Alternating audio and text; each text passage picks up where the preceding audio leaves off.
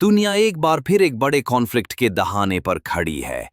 Iran और Israel के दरमियान वॉर ऑफिशियली शुरू हो चुकी है और पूरी दुनिया की नजरें मिडिल ईस्ट पर जमी हुई हैं। लेकिन सवाल ये है, चाइना और साउथ कोरिया जैसे अहम एशियन कंट्रीज इस जंग पर क्या रिस्पॉन्स दे रहे हैं? आइए जानते हैं इस रिपोर्ट में। चाइना गोन का बहतिया। इससे सालों से ईरान और इजराइल के दरमियान टेंशन चलती आ रही है। From cyber attacks to proxy wars in Syria and Lebanon, लेकिन अब ये कशीदगी खुली जंग में बदल चुकी है। रीसेंट रिपोर्ट्स के मुताबिक इजराइल ने एक इरानियन न्यूक्लियर फैसिलिटी पर हमला किया, जिसके जवाब में ईरान ने हेवी मिसाइल स्ट्राइक से रिटेलिएशन किया। दोनों मुल्कों के शहरों में हंगामी हालत है और खित्ता मुकम्मल तौर पर वॉर जोन में तब्दील हो चुका है। चाइनाज रिएक्शन मॉडरेटली, जिसका ईरान के साथ स्ट्रॉन्ग इकोनॉमिक रिलेशनशिप है, खास तौर पर ऑयल डील्स में। चाइनीज फॉरेन मिनिस्ट्री ने ऑफिशियल स्टेटमेंट जारी की।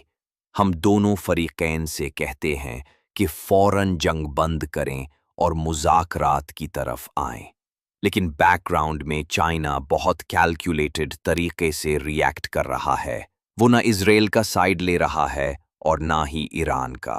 रादर वो क्वाइटली अपना इन्फ्लुएंस मिडिल ईस्ट में बढ़ा रहा है थ्रू इकोनॉमिक डिप्लोमेसी और possible naval deployments.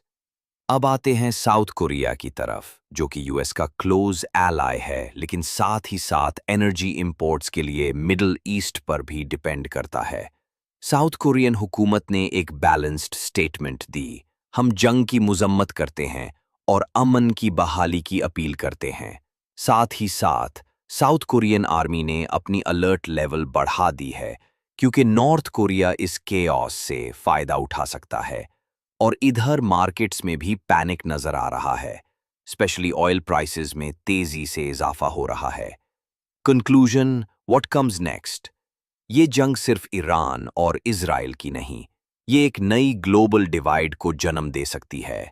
East versus West, US versus China, oil versus sanctions. अब देखना यह है कि क्या कोई डिप्लोमेटिक सॉल्यूशन सामने आता है। For more updates, subscribe to our channel.